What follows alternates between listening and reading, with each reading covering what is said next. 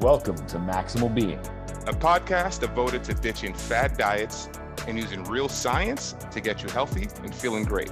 I'm Doc Mock, a GI and functional medicine doctor who harnesses the power of gut health to get you achieving your goals. And I'm Jackie P., a well-informed layman who challenges the experts and asks the questions that you want. Don't forget to hit the subscribe button or leave a comment. And now, on to the show.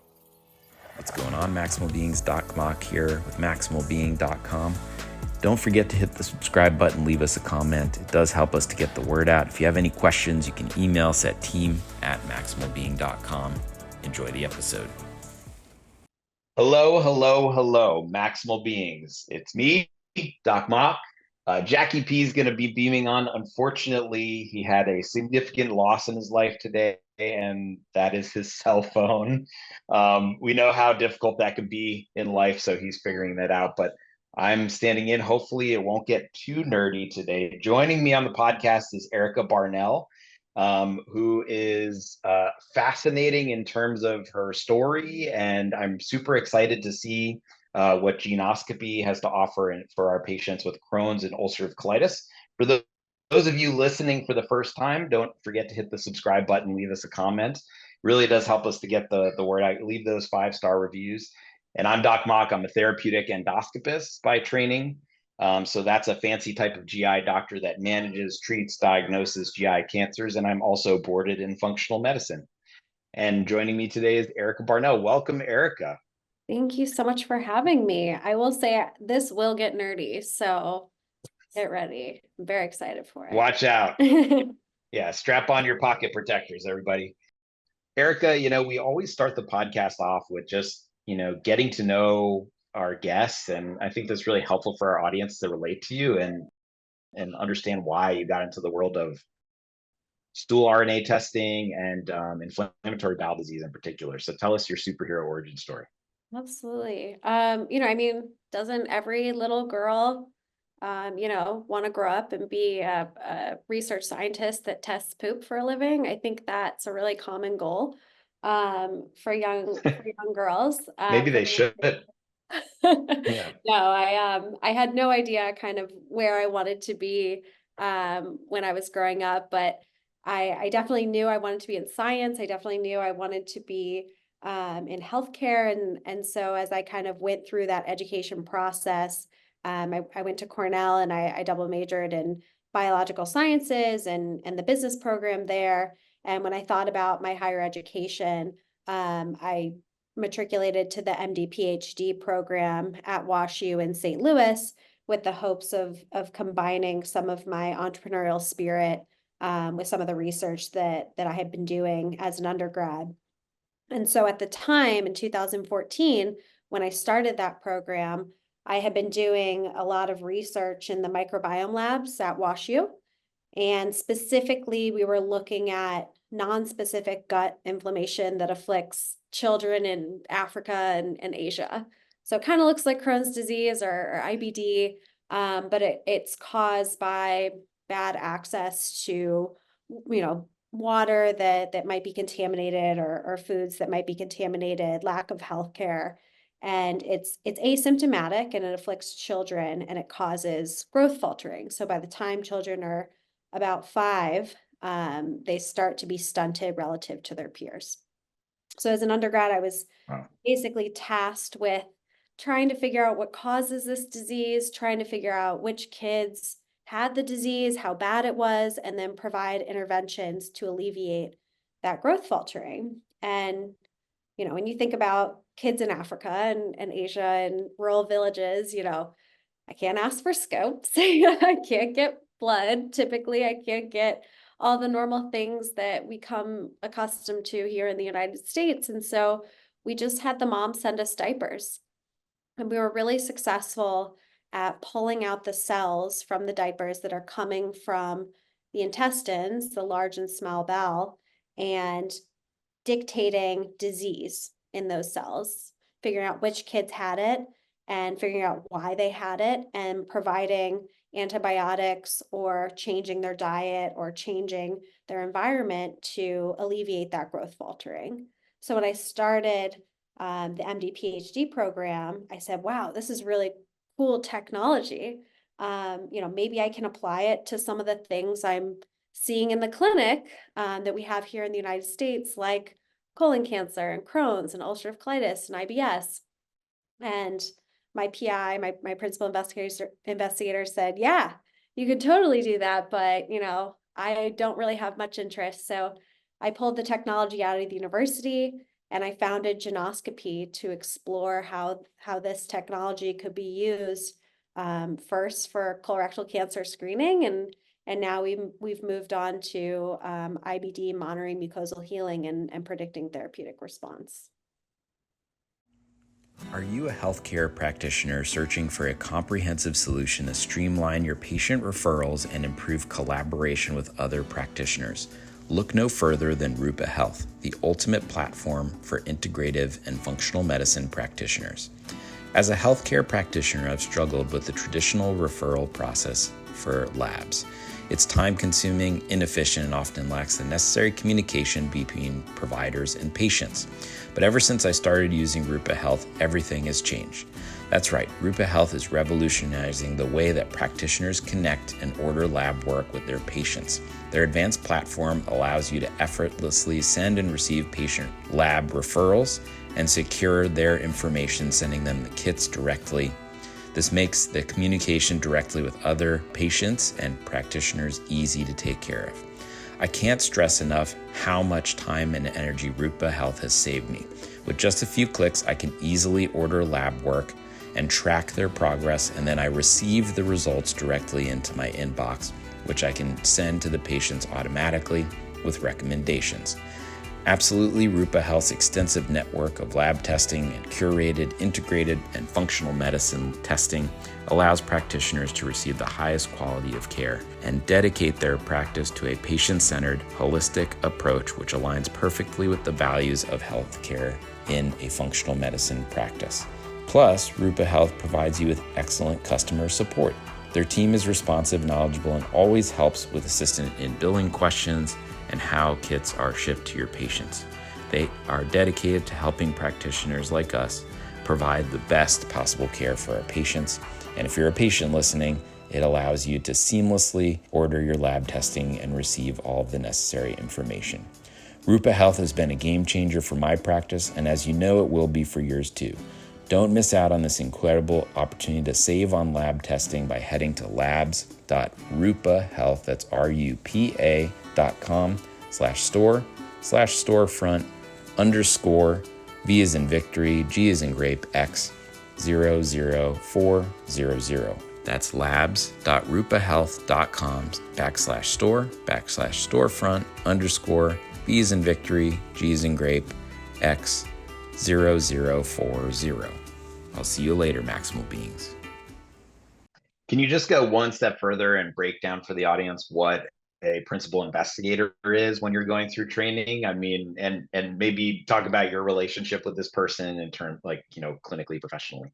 Absolutely. I think, it's so important for everyone really to have mentors. And when you're a physician scientist or just a scientist at all, a principal investigator really helps you understand the research that you want to do, the skills that you want to develop in the laboratory, and where you ultimately want your career to go. So they're really just a mentor that helps you kind of build the skills you need to become the best scientist that you can. That was such a great explanation. I really appreciate that. And I can just imagine, like, so you're getting these stool samples, and what sort of resources did you have available to you, with these people struggling in a different country? So talk to me about that. Yeah, it's so dichotomous, right? As an undergrad, I was sitting in this laboratory with every instrument imaginable, every resource at my disposal, negative 80-degree freezers, centrifuges, sequencers, just the top of Millions and millions of dollars. millions Yeah. of dollars. WashU Yeah. in particular is just an unbelievable institution. I feel so grateful to have access to those resources, but switching your mindset to think, okay, how do I deliver healthcare to patients in rural Africa? How do I diagnose disease for those individuals? How do I provide interventions that are reasonable, that are cost effective, that don't need a cold chain? Putting that mindset on to kind of transition between doing research in a really sophisticated lab and then providing intervention for patients and making sure that those patients can be compliant with what you're recommending it's not only important in rural Africa, that's something that's important in the United States in general. There are so many health disparities that exist. There's so much distrust with the healthcare system, and being able to reach your patients where they are is just so important. Well said. So, you start evaluating these stool studies and you start to lean towards colon cancer, but obviously there's a lot of similar sort of testing on the market. And we've talked about that before on this podcast, in particular, like the big name brands that have been out there who look at first blood and then maybe some DNA. Can you talk to the audience about what makes yours so special and the difference between DNA and RNA testing? Yeah, so I think, we had this amazing technology that we pulled out of the university. We had this company. We were three really motivated students who wanted to solve some big problems in healthcare. And the first thing we thought about was, where do we start? And, at the time, I mentioned that I was rotating on my clerkships and I was being introduced to the hospital. And so I met a woman who was diagnosed with stage 4 colorectal cancer, who had foregone a colonoscopy because it was difficult for her to take time off work. And it was just really distressing to see somebody who did not have options beyond, colonoscopy, which was invented 50 plus years ago, especially in an era where we can sequence the human genome in 48 hours and we can provide non-invasive technology to patients' homes. So, I recognize that as a massive need and felt that the technology that we had developed, which was RNA biomarkers and stool samples, would be primed to address that healthcare gap. So we did start with building a diagnostic to screen for colorectal cancer with the hypothesis that RNA biomarkers would be very good at detecting both colorectal cancer and precancerous lesions that could actually prevent the development of colorectal cancer. So we've gone through that process of building that diagnostic from the idea to feasibility to concept to design lock, and then we actually received FDA approval for the first RNA-based diagnostic test to screen average risk individuals 45 and older for colorectal cancer in May of this year, Wow. which is very exciting. Congratulations. Thank For you. the listeners out there that have never gone through the FDA process, it is exceptionally rigorous, very difficult to go through. Obviously, there's a reason for that, but congratulations on making it through all of those hurdles. Thank you.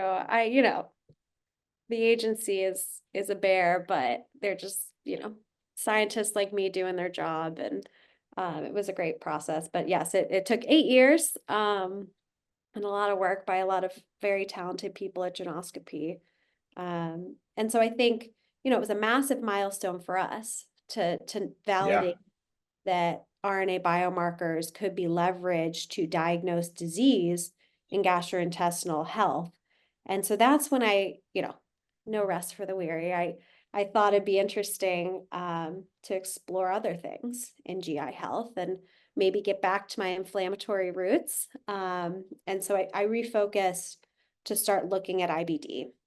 And I think that's an area of massive unmet need in the GI community. I knew it would be a little bit more difficult than building a diagnostic for colorectal cancer screening, just because of the complex nature of the pathogenesis of that disease. But we're very ready for that challenge and really excited to start thinking about how we can leverage Geneoscopy's platform to help those patients. Thanks for that. And, I always thought of like DNA as, you want to bake a cake. So you go online and you find a recipe on somewhere, I always think about that as the recipe, but then the dough that you make is the RNA. So that dough can be different based upon the quality of the ingredients that you have, your interpretation of the DNA. And then the final product, the cake, is like the protein structures and things that are made. So there's a lot of different things that can occur. And for the listeners out there that aren't medical, when we're testing a lot of people for genetic conditions like BRCA, et cetera, now the tests that we use are primarily actually RNA based because we found that it just expands the diagnostic utility of these very delicate conditions. So I've always viewed it as way more specific, like way more positive if it's positive. So do you see it the same way? Is that why you picked RNA? I think in general, scientists and physicians have viewed RNA as, like you're describing, more dynamic. It's more reflective of what's happening in the cell. It can be exponentially amplified or exponentially downregulated as a response to a single change in the DNA, which is billions of base pairs long. And so I think it's always been recognized as something that had a tremendous amount of value. The biggest issue has been stabilizing RNA and measuring it, quantifying it reliably. And so I think that's where a lot of the technology that we developed lies, is being able to query these very informative biomarkers with high reliability. Yeah. And I mean, a lot of people think that gastroenterologists are at odds with people like you in the colon cancer space. Number one, we're not. None of us are starving for business out there. We're all just drowning in business. And in my mind, there's just a certain percentage of population, mostly men, honestly, that are just like, ew, a colonoscopy. But it gets those people to do something to screen for polyps, colon cancer.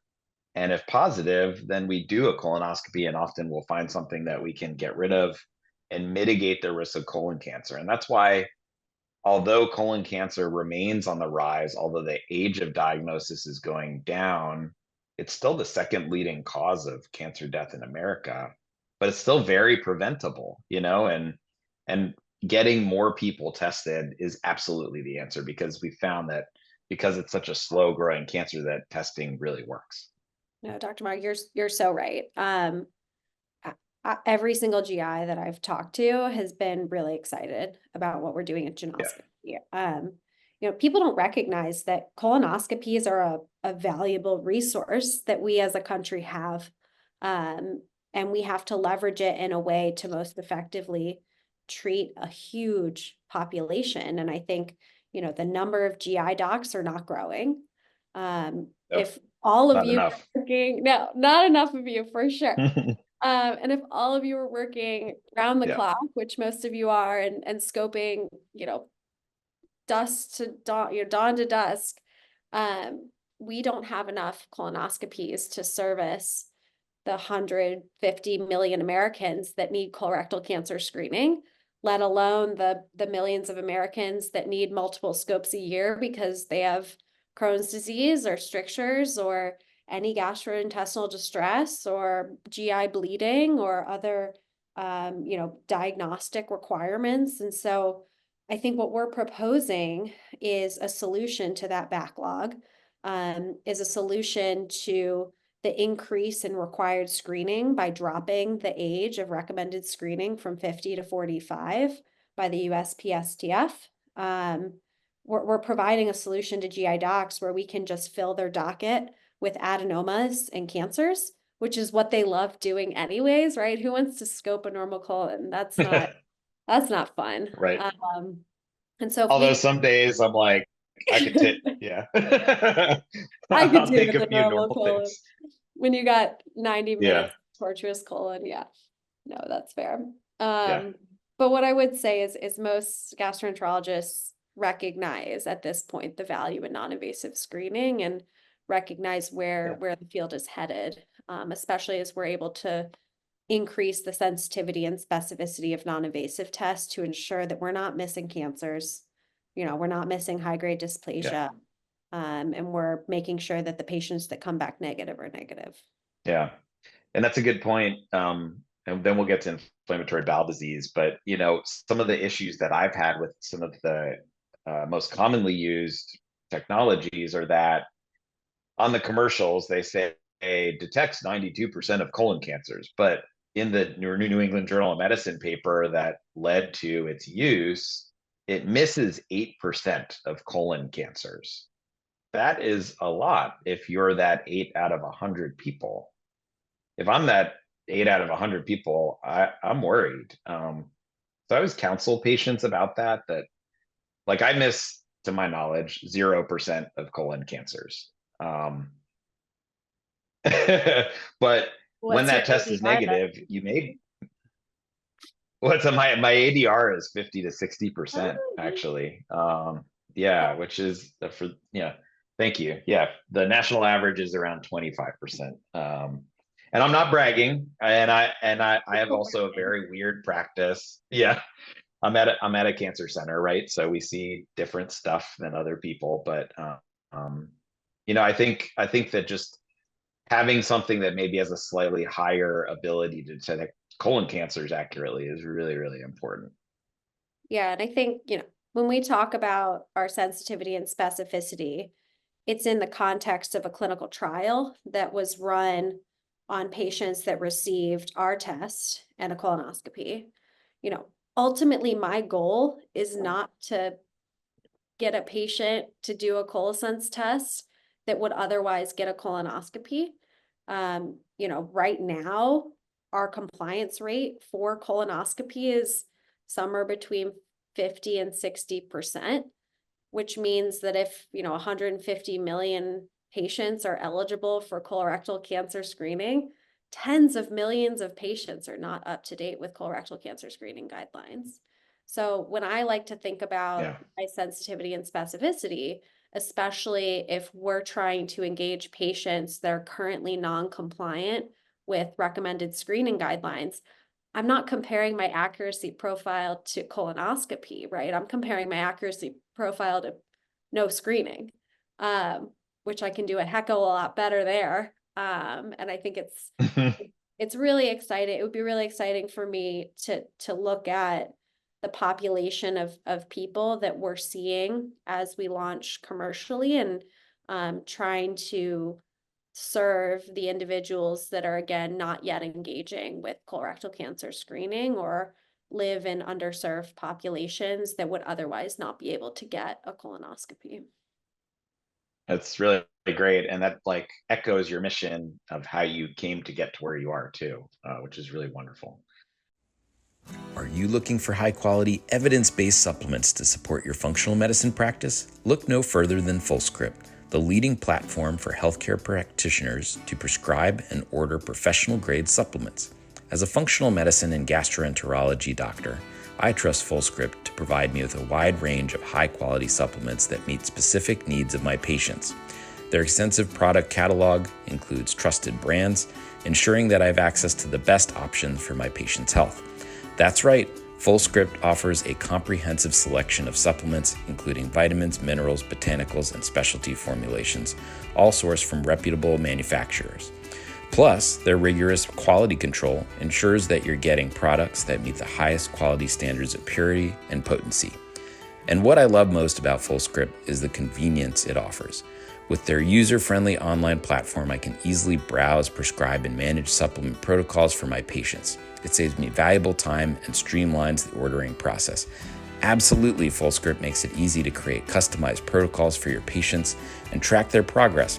Plus, they handle all the logistics from inventory management to shipping, so you can focus on what matters most, providing excellent care to your patients. So if you're ready to take your functional medicine practice or wellness to the next level, visit us.fullscript.com/welcome/maximalbeing. That's us.fullscript.com/welcome/maximalbeing to receive your 15% discount on customized supplements and check Maximal Being standardized protocols for gut health. FullScript has been a game changer for my practice, and I know it will be for yours. Don't miss out on this incredible resource for functional medicine practitioners and patients alike today. But switching gears to a really interesting patient population, IBD, or inflammatory bowel disease, which for the listeners out there, I encourage you to listen back to our episode with Mo Naeem and Dr. Susan Case. We go through inflammatory bowel disease. We go through a lot of the nutritional interventions, and Dr. Susan Case, who is a friend here in Florida, that's kind of her area of expertise, and she does it much better than I ever could, admittedly. But for the listeners out there listening for the first time, Crohn's disease is one type of IBD, ulcerative colitis is the other type. Erica, do you want to go through some of the nuances of both of those conditions with the listeners out there? Sure. So they both fall under the bracket of inflammatory bowel disease. They're kind of two sides of the same coin. They have different demographics, they have different ages of onset, they have different disease pathways, but for the most part, they both consist of non-specific gut inflammation that is typically caused by dysregulation of your immune system. For Crohn's disease, it can really be anywhere in the GI tract. For ulcerative colitis, it's typically contained within the large bowel. And that is, a disease that is not only chronic, which means that it's once you're diagnosed, it's for the rest of your life. But typically it has a relapsing and remitting course so that you can experience flares. You can experience times where you're unbelievably uncomfortable and miserable, and the drugs that you had been taking for 10 years that controlled it really effectively are no longer working, and nobody really knows why. It can be incredibly debilitating for patients, and a lot of patients spend time, and visit the hospital and know their GI physicians and their docs really well.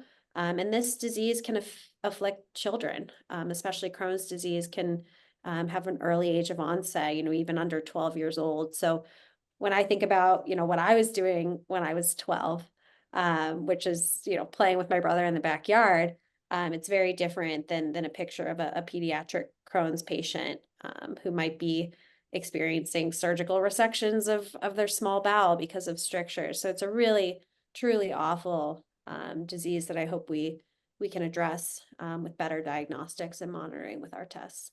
That's really well put. I think in terms of medicine, they're one of the most unique patient populations because they're so young and they're so sick, and they're so sick for so long, and they're going to be sick, most of them, forever.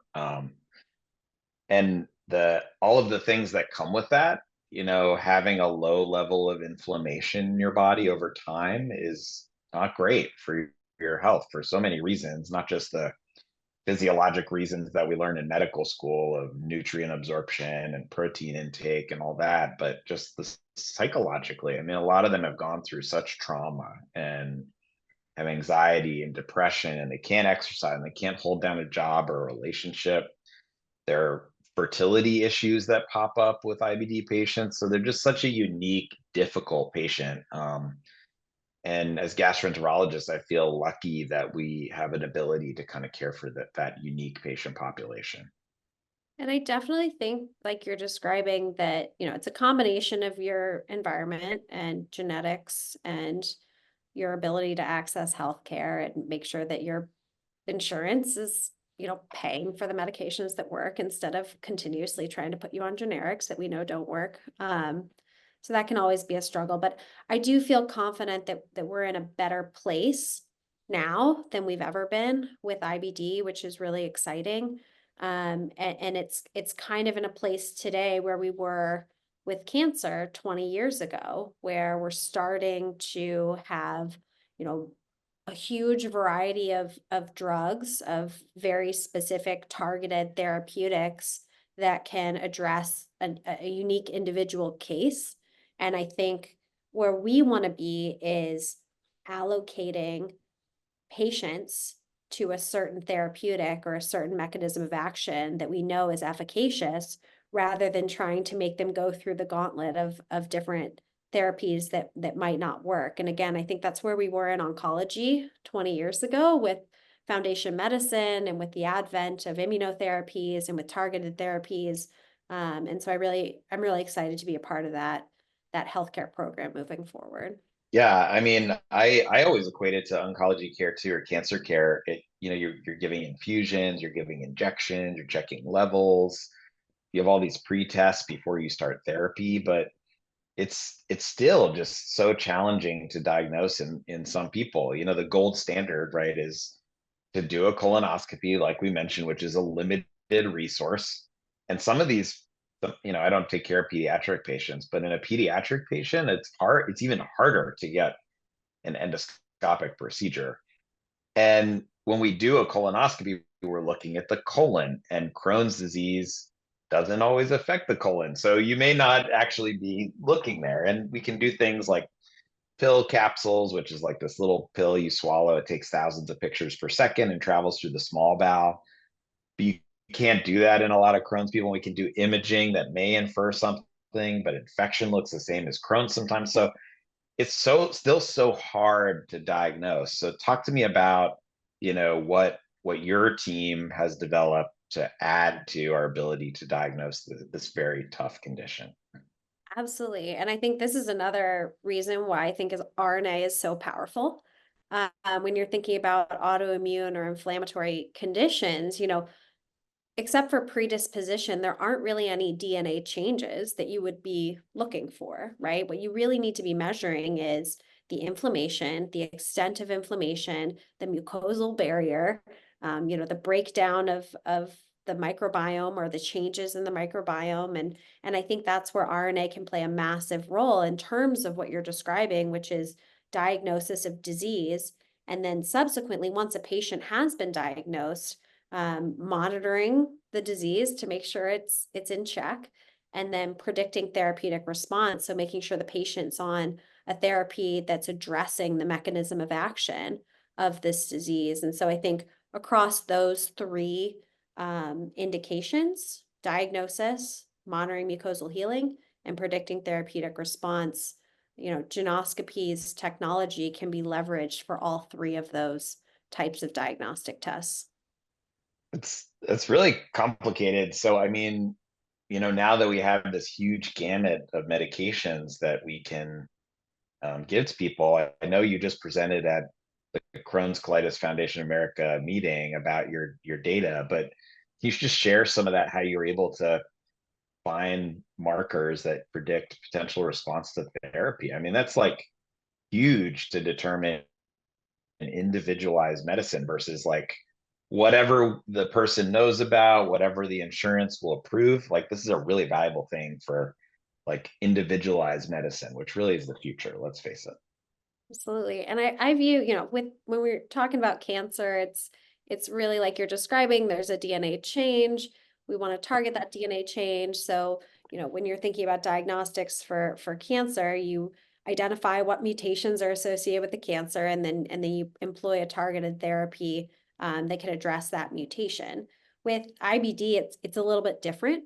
We're thinking about pathways or mechanisms of pathogenesis. So, for example, a patient with IBD could have dysregulated T cells, which means that a specific immune cell in their body is going crazy and accidentally attacking their GI tract.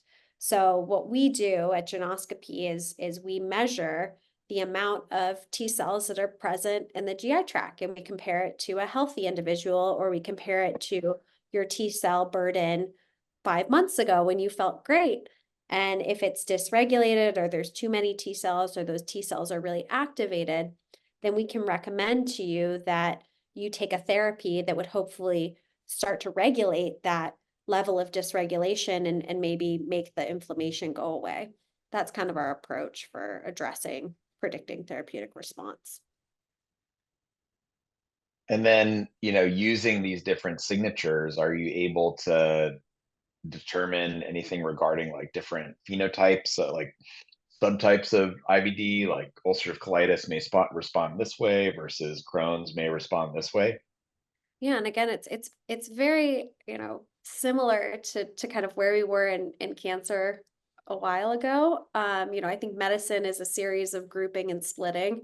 We want to group things together. We want to split things. And right now we're in a splitting stage for IBD. So, within Crohn's, within, UC, there's a number of different monsters there, right? Not every Crohn's disease is the same. Sometimes it's the mucosal barrier, sometimes it's T cells, sometimes it's neutrophils, sometimes it's, microbiome related, sometimes it's you had an infection and your immune system is going crazy trying to fight that infection and it accidentally attacked your GI tract. So that's our hope, is to be able to generate within Crohn's disease or within ulcerative colitis subtypes that we can identify as the mechanism of why there's this inflammation and why you are experiencing those symptoms, and then leverage the litany of therapies that are being developed to indicate which one might be efficacious for that specific dysregulation in your body, or recommend, like you're describing, maybe it's what you're eating, or maybe it's what you're putting in your body, or maybe it's too much exercise or too little exercise. There's so many things that cause inflammation and that cause this response. And we hope to be able to study that and make recommendations for our patients. Yeah, it's interesting because they're such young patients, right? There's a control aspect. And I've had patients that are like, I do not want to be on medication. I do not want surgery. Like, what else can you offer me? Obviously, these are not severe cases that are emergencies, but you try to meet patients where they are in their life. And I've had patients go into remission by just changing diet or lifestyle things. So I think there, like you mentioned, there's just so much that we just don't understand about this condition, and maybe determining those differences in how they're getting their symptoms may allow us to target those lifestyle interventions too. There's a lot of power there. And I think you talked about, this patient population is exposed to so much trauma at such a young age that even if I can provide them with reassurance, on a semi-annual basis, where they provide a stool sample to a collection kit that comes to their house, that they don't really have to go to the doctor, and they just do it, and we say, yep, you look great, your GI tract looks great. Even just mitigating that anxiety around having a flare or expecting a flare, mitigating the anxiety around having to go to the doctor's office and being, exposed to, whatever trauma is there, or re-exposed to the trauma that's there. I think being able to provide that to a patient in itself is pretty meaningful, which is great. The content included is not intended to be used as medical advice, and viewers should consult their physician or healthcare provider should they have additional questions. The viewers should not rely on information contained in these presentations for immediate or urgent medical needs. Additionally, if you think you have a medical emergency, call your physician or go to the emergency department or call 911 immediately. Never disregard professional medical advice or rely on seeking medical care or delay medical care due to information contained in this presentation.